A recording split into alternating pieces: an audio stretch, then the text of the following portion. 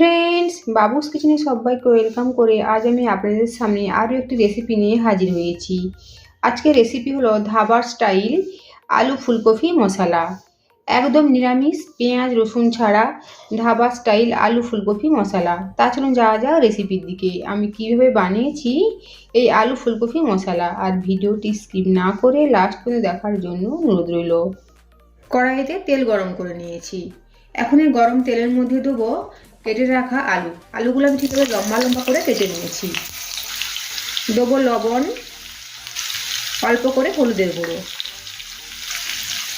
নুন হলুদ আলুর সাথে নেড়ে চেড়ে মিশিয়ে নেব। এখন গ্যাসের ফ্লেম একদম কমিয়ে রেখে ঢাকা চাপা দিয়ে আলুটা লাল করে ভেজে নেব।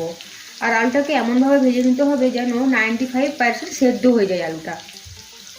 আর মাঝে ঢাকা খুলে নেড়ে দেবো। আলুগুলো লাল করে ভেজে নিয়েছি, সাথে সাথে আলুগুলো 90 থেকে 95% সেদ্ধও হয়ে গিয়েছে। এখন আলুগুলো তুলে নেব। এখন একই তেলের মধ্যে দেবো কেটে রাখা ফুলকপি।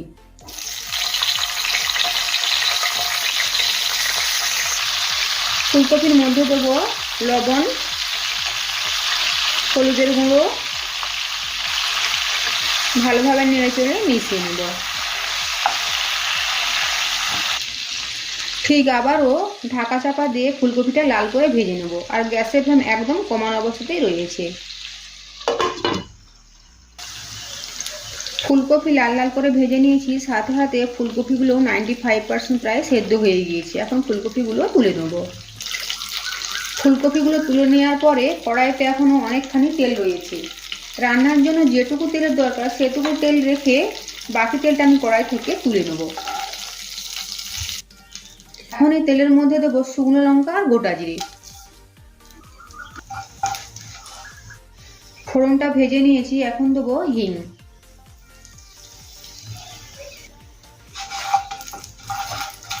কয়েক সেকেন্ড সময় নিয়ে হিংটাও তেলের মধ্যে ভেজে নিয়েছি। এখন দেবো একটা মশলার মিশ্রণ। এই মশলার মধ্যে রয়েছে আদা বাটা, জিরে গুঁড়ো, ধনে গুঁড়ো, হলুদের গুঁড়ো, আর নিয়েছি কাশ্মীরি লাল লঙ্কার গুঁড়ো। আমি অল্প জল দিয়ে গুলে নিয়েছি। কিছুক্ষণ সময় নিয়ে মশলা কষিয়ে নেব, আদার কাঁচা গন্ধ চলে যাওয়া পর্যন্ত। কিছুক্ষণ সময় নিয়ে মশলা কষিয়ে নিয়েছি। আদার যে কাঁচা গন্ধ থাকে সেটা পুরোপুরিভাবে চলে গিয়েছে। এখন দেবো একটা মিডিয়াম সাইজের কোচানো টমেটো।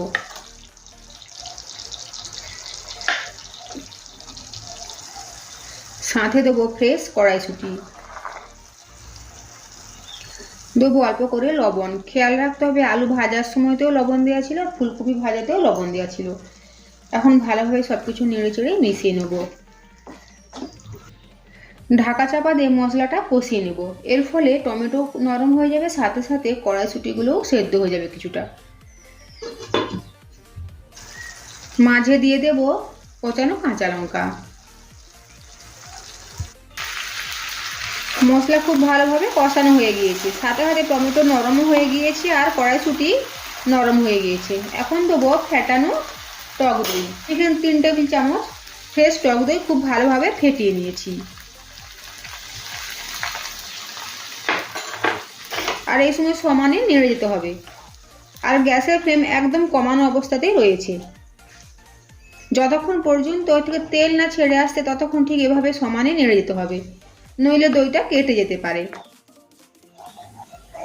আপনারা চাইলে গ্যাস অফ করেও দইটা দিতে পারেন।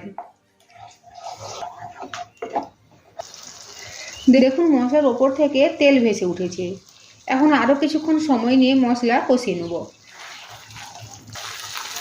মশলা খুব ভালোভাবে কষানো হয়ে গিয়েছে, মশলা থেকে তেল আলাদা হয়েছে। এখন দেবো কসুরি মেথি, কোচানো ধনে পাতা। সবকিছু আবার নেড়ে চেড়ে মিশিয়ে নেব। আর দেবো আগে থেকে ভেজে রাখা আলু ফুলকপি। আর দেবো একটা মিডিয়াম সাইজের কেটে রাখা টমেটো। এই অবস্থায় টমেটো দেওয়াটা পুরোপুরি অপশনাল। হালকা হাতে সবকিছু ভালোভাবে নেড়ে চেড়ে মিশিয়ে নেব। সমস্ত উপকরণ ভালোভাবে নেড়ে চেড়ে মিশিয়ে নিয়েছি। এখন দেবো 1/2 কাপেরও কম গরম জল।